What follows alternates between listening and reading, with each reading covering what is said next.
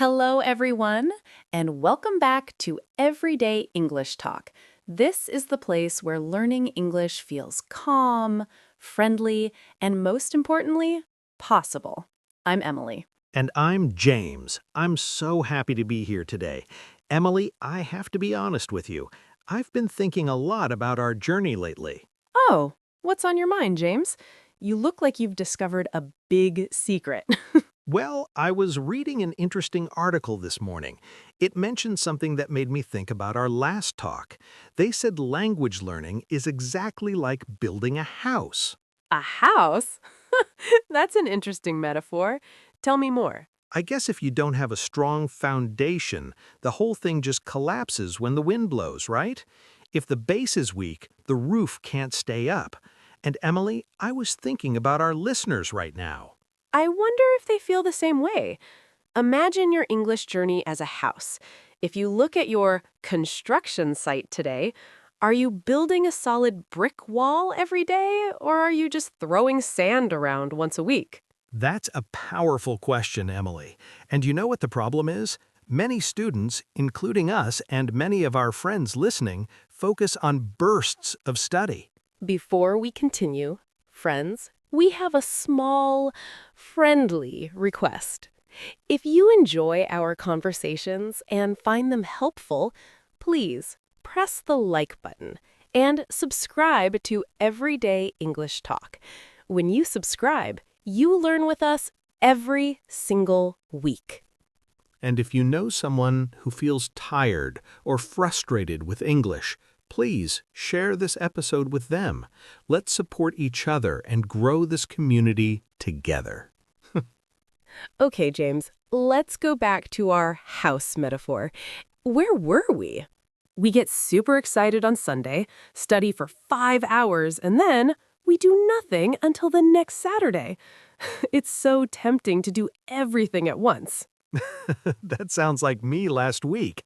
But experts say that's like trying to build a wall without letting the cement dry between the bricks. If you put too many bricks at once without drying time, the wall falls over. To reach the goal, our listeners and we need those small bricks of daily practice to make the structure firm. It doesn't need a mansion today. You just need one solid brick. Wow, that really hits home. I always feel like I'm starting from zero every Monday morning because the cement from my Sunday session never had a chance to set. I lose everything I learned. I've noticed that when I learn a new word, let's say a cool word like resilience, if I don't use it the very next day, it's gone. It's like my brain has an auto-delete button. That's so true because of how our memory works, Emily. It's science. Studies on the forgetting curve show that our brains need constant repetition to move information from short-term memory into long-term memory. It's not about how long you study in one sitting, it's about how often you revisit the material. So, you're saying 15 minutes every single day is actually better than 3 hours once a week? Absolutely, 100%. By exposing yourself daily, English starts to feel natural. It becomes a part of your thinking process rather than a difficult translation task. This constant reinforcement is what creates a permanent library of knowledge in your head. That explains a lot. I've noticed something else too, Emily. When I study consistently for a full week, even just a little bit, I feel like a superstar. I'm not afraid to speak or ask questions in our meetings. But if I skip just 3 days, I lose all that confidence. I feel small again. I bet some of the people listening to us right now feel that nervous rustiness too. Oh, definitely. Consistency and confidence are best friends. They always travel together. It's when you see steady improvement that your self-assurance grows naturally. It's a positive cycle. You practice, you improve, you feel confident, and because you feel good, you want to practice even more. But when you stop, the cycle breaks. You feel rusty, like an old gate that hasn't been opened in years. Then you're too scared to open your mouth because you think you've forgotten everything. Exactly. And to everyone out there listening, if you feel nervous speaking English today, please understand. It might not be a lack of talent. You are smart enough. It might just be that you haven't practiced enough this week to keep your confidence warm. Confidence is like a fire. You have to keep adding small sticks to it every day. James, how about we ask everyone to say just 3 sentences out loud to themselves right now? Go on, keep that fire burning. I'm doing it too. It really helps. This leads perfectly into what people call fluency. James, what does fluency mean to you? I want to stop translating every sentence in my native language. It's so exhausting and slow. To me, fluency is when the words just come out. Exactly. True fluency isn't about knowing every single word in the dictionary. It's about fluid communication. The only way to think in English is through that daily exposure. But how does the brain switch over? If you only use English occasionally, your brain stays in translation mode because it's not used to the sounds. But if you use it daily, reading a news clip, writing a text, or even just listening to this podcast while you cook, your brain starts to realize something. Oh, this language is a regular part of my life now. It stops treating English as a guest and starts treating it like a resident. It's like forming a habit, like brushing your teeth.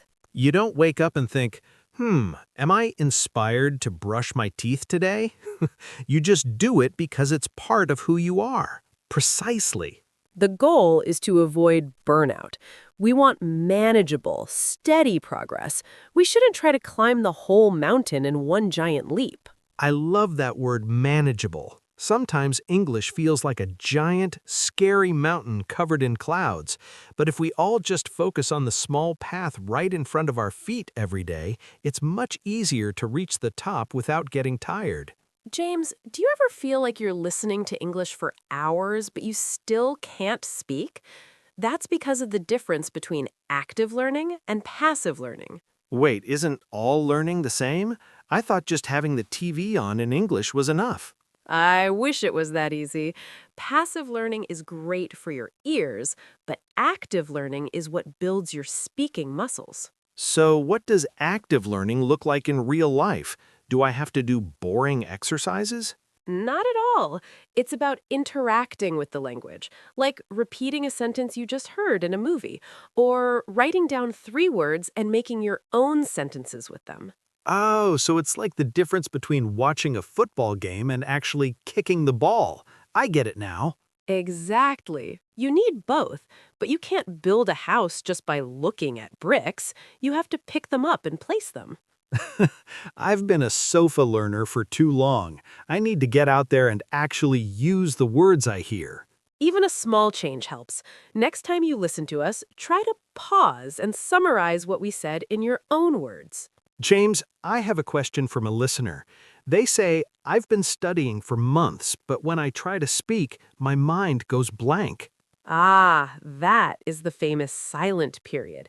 It's a stage where your brain is collecting data but isn't ready to produce it yet. So it's like a computer downloading a massive file. It can't run the program until the download is finished.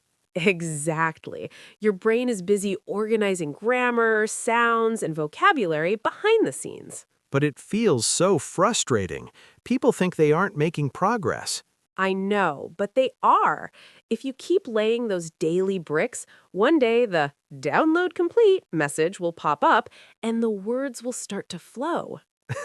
So the secret is to not give up during the silent download. Just keep the the English, connected. Exactly. Don't let the frustration make you stop. Consistency is what keeps the download moving. Before we finish, James, let's review the new words we used. I'll say the word and the meaning, and you give us a cool example sentence. I'm ready. Excited. Let's show everyone how these words work in real life. First is foundation. It's the solid base of a building. In language, it means the basic rules. You need a strong foundation of grammar to speak clearly. That's why we study the basics. Perfect. Next is metaphor. This is a way of describing something by comparing it to something else. Excited. The house metaphor helped me understand why consistency is important.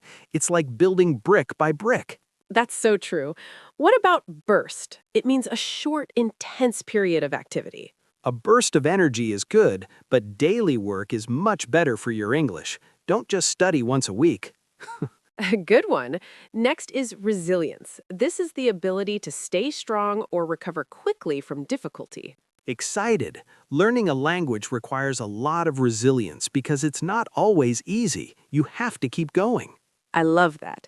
Now, reinforcement. This is the process of making something stronger. Daily practice is the best reinforcement for your memory. Excited. It makes the words stick. Next is a funny one, auto-delete. It's slang for automatically forgetting information. If I don't review my notes, my brain goes into auto-delete mode. We need to stop that button from pressing. So true. What about rustiness? This is a lack of skill because you haven't practiced. After my long vacation, I felt some rustiness in my speaking skills. I just needed to warm up again. Now, self-assurance. This means having confidence in your own abilities. Excited. Speaking every day grew my self-assurance significantly. I feel so much braver now. Great. Now, fluency, the ability to speak easily and smoothly. Fluency comes from daily habits, not just natural talent. It's a marathon, not a sprint. Absolutely. Now, burnout, which is extreme tiredness from working too hard. Don't study 10